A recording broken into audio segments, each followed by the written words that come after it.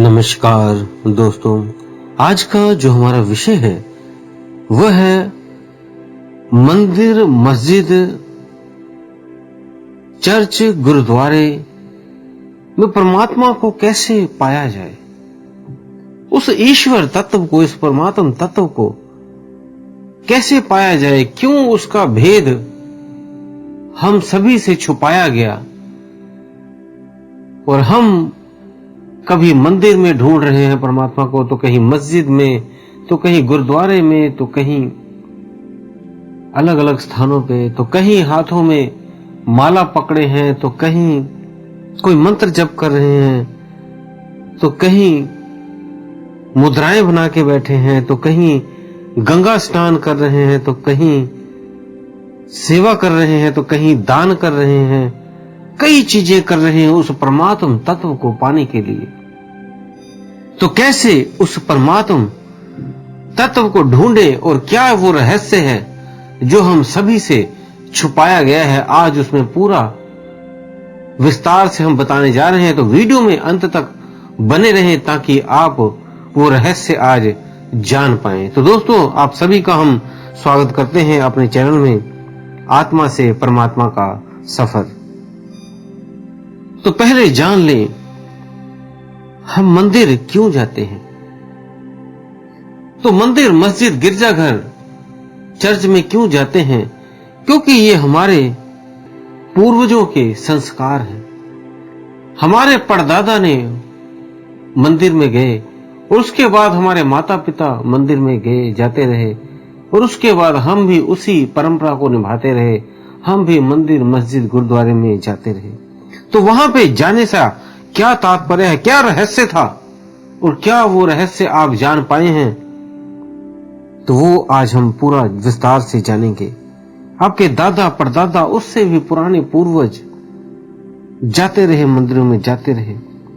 तो पहले तो ये जाने मंदिर है क्या। जब हम किसी भी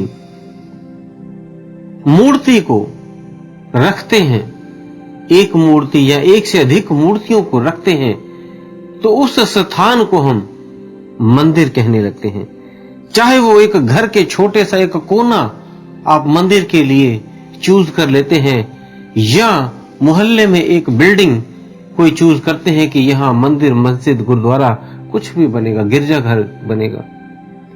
तो वहां पे जब वो चीजें आप स्थापित करते हो, होली बुक्सेस, या आप मूर्तियों को स्थापित करते हैं, तो वहां नाम पड़ जाता है मंदिर है, ये मस्जिद है।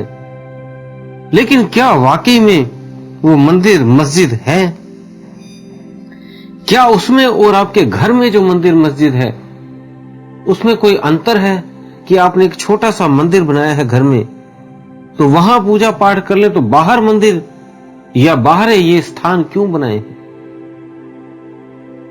तो इसके लिए समझ ले, जब भी किसी मंदिर में कोई मूर्ति स्थापना की जाती है, तो जब तक वहां पे कई व्यक्ति मिलकर, कई पंडित मिलकर, कई जो उसको धर्म के रक्षक हैं, वो जब एक पूजा पाठ मंत्र जप करते हैं, जो उसके ज्ञाता हैं, ये आप कह सकते हैं कि वो उसके जानकार हैं, उनको इस चीज का ज्ञान है, तब जो वो मंत्र पूजा पाठ करते हैं, तो उस मूर्ति में, उस होली बुक्सेस में प्राण प्रतिष्ठा कर देते हैं।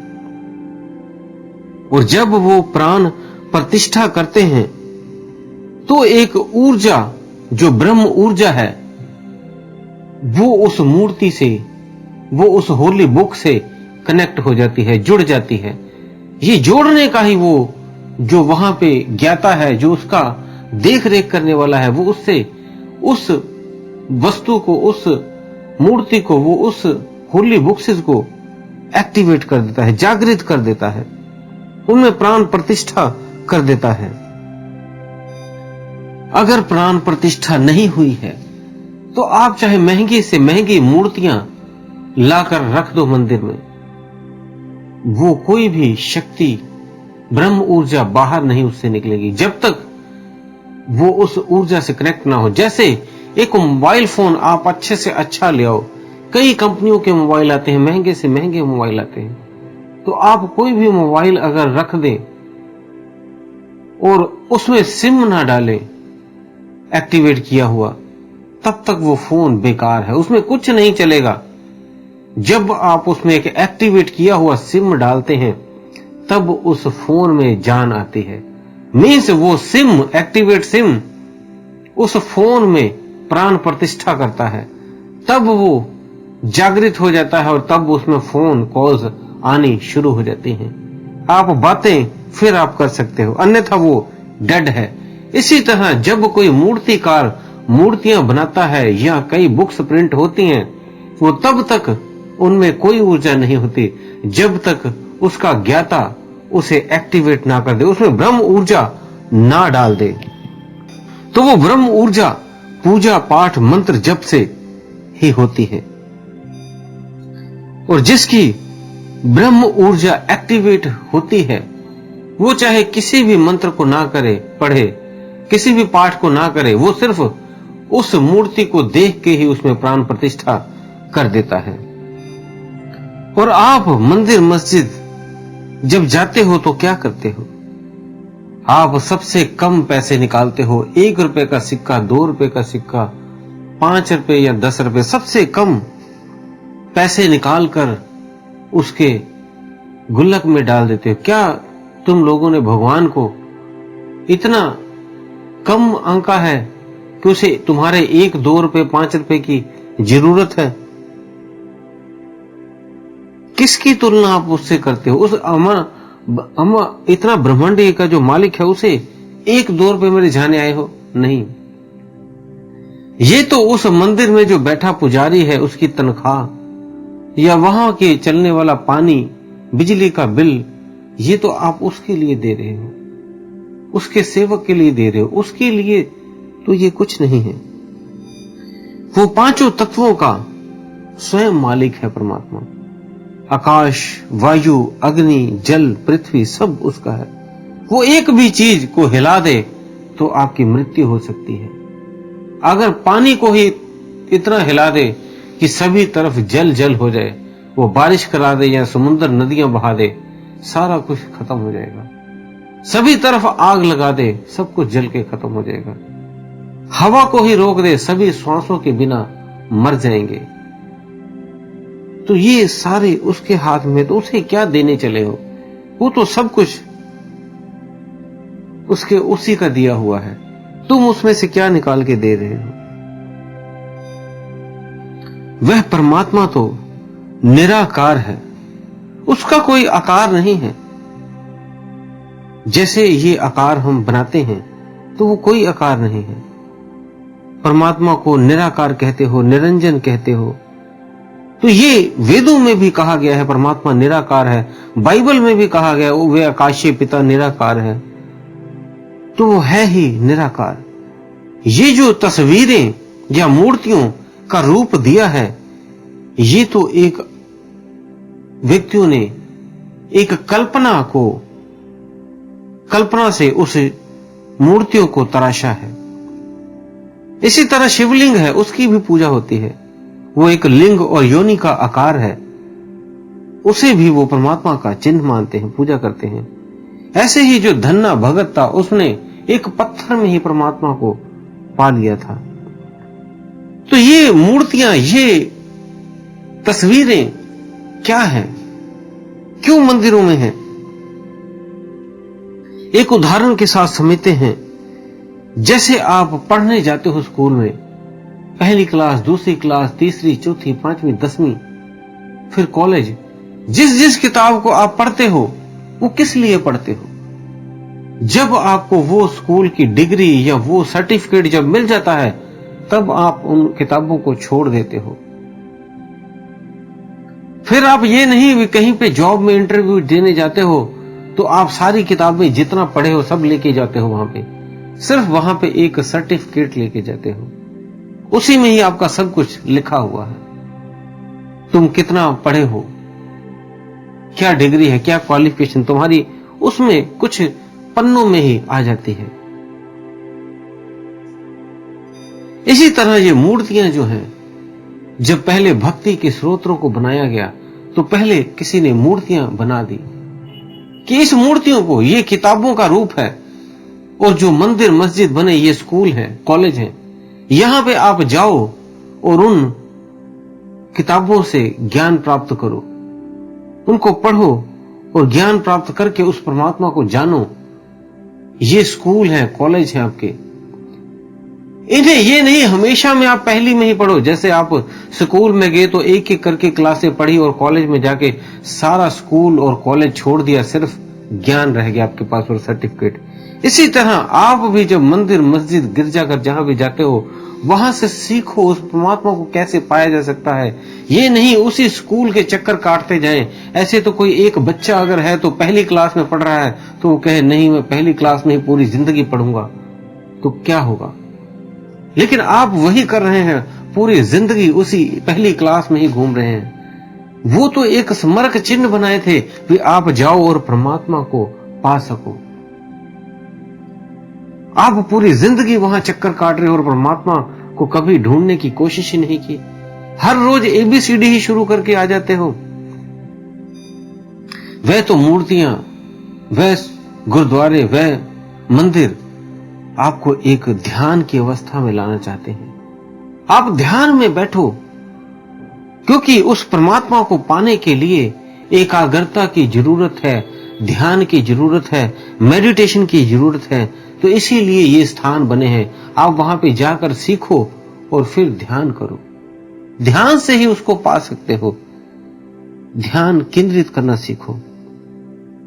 जैसे एक दीवार है अगर आपके सामने, तो आप उसका ध्यान नहीं कर सकते, लेकिन कोई मार्क करने चीज अगर छोटी सी बिंदु अगर बना दिया तो आप इसको देखो, तो आप वहां पे अपने ध्यान को केंद्रित करते हो। इसी तरह आपने जो ध्यान को केंद्रित करना सीखना है।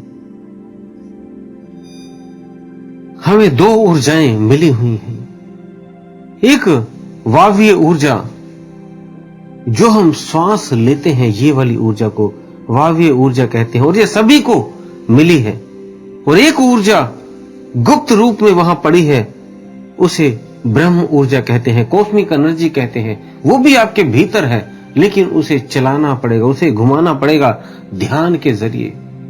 ध्यान के जरिए वो आपके मूलाधार चक्र से उठते उठते एक एक चक्रों को पार करते करते आपके आज्ञा चक्र से और फिर आपके बिंदु चक्र से, पीनेल ग्रंथि से वो अमृत टपकेगा। और जब वो टपकेगा आपकी नाभि पे, तो ये चक्र शुरू हो जाएगा। ब्रह्म ऊर्जा बननी शुरू होगी और टपकनी शुरू होगी, तो ये एक चक्र चलना शुरू हो जाएगा। और जब ये चक्र चलेगा, तब आप उस परमात्मा को, उस निराकार को देख सकोगे। तो पहले शुरू में आप किसी भी मंत्र का जप करें, राम राम का, सतनाम वाहेगुरु का, कोई भी मंत्र, राधे कृष्ण का, एक कोई भी मंत्र पकड़ लें, उसे जपते रहें। इससे आपकी पहले तो एनर्जी इकट्ठी होगी, और जब वो एनर्जी इकट्ठी हो जाएगी, तब आपने इसे घुमाना शुरू करना है, मीन्स अजपा करना है। फिर ऐसे ही जब आप मंदिर या मस्जिद में माथा टेकते हो, अपने माथे को जमीन पर लगाते हो या किसी मूर्ति पे लगाते हो, तो उसका मतलब है वहां पे ब्रह्म ऊर्जा, अगर वो मंदिर मस्जिद गुरुद्वारा में जो शक्ति का आवाहन करके उसे उस ब्रह्म ऊर्जा से कनेक्ट किया है, जब आप माथा रखते हो तो वो ब्रह्म ऊर्जा आपके भीतर प्रवेश करती है। तो उसी ब्रह्म ऊर्जा को आपने जानना है, उससे एक होना है। और ऐसे ही जब आप कॉस्मिक ऊर्जा को घुमाना सीख गए अपने भीतर, अजपा जाप शुरू हो गया आपके भीतर, तब आपका तीसरा नेत्र खुल जाएगा। क्योंकि उस निराकार को, उस निरंजन को अगर आपने देखना है, तो आपको तीसरा नेत्र खुला होगा। तभी उस दिव्य दृष्टि से ही उस परमात्मा को देख सकोगे, तभी उस ब्रह्म को आप देख सकोगे और उसके द्वारा रचना की हुई इस ब्रह्मांड को भी देख सकोगे। ब्रह्म और ब्रह्मांड दोनों को आप इस तीसरे नेत्र से देख पाएंगे। ये आप जो तीसरा नेत्र खोलने के लिए आप तीर्थ कर लो, व्रत कर लो, दान कर लो, नहा लो, गंगा में जाके अलग अलग नदियों में नहा लो, आरतियां कर लो, ये नहीं खुलेगी।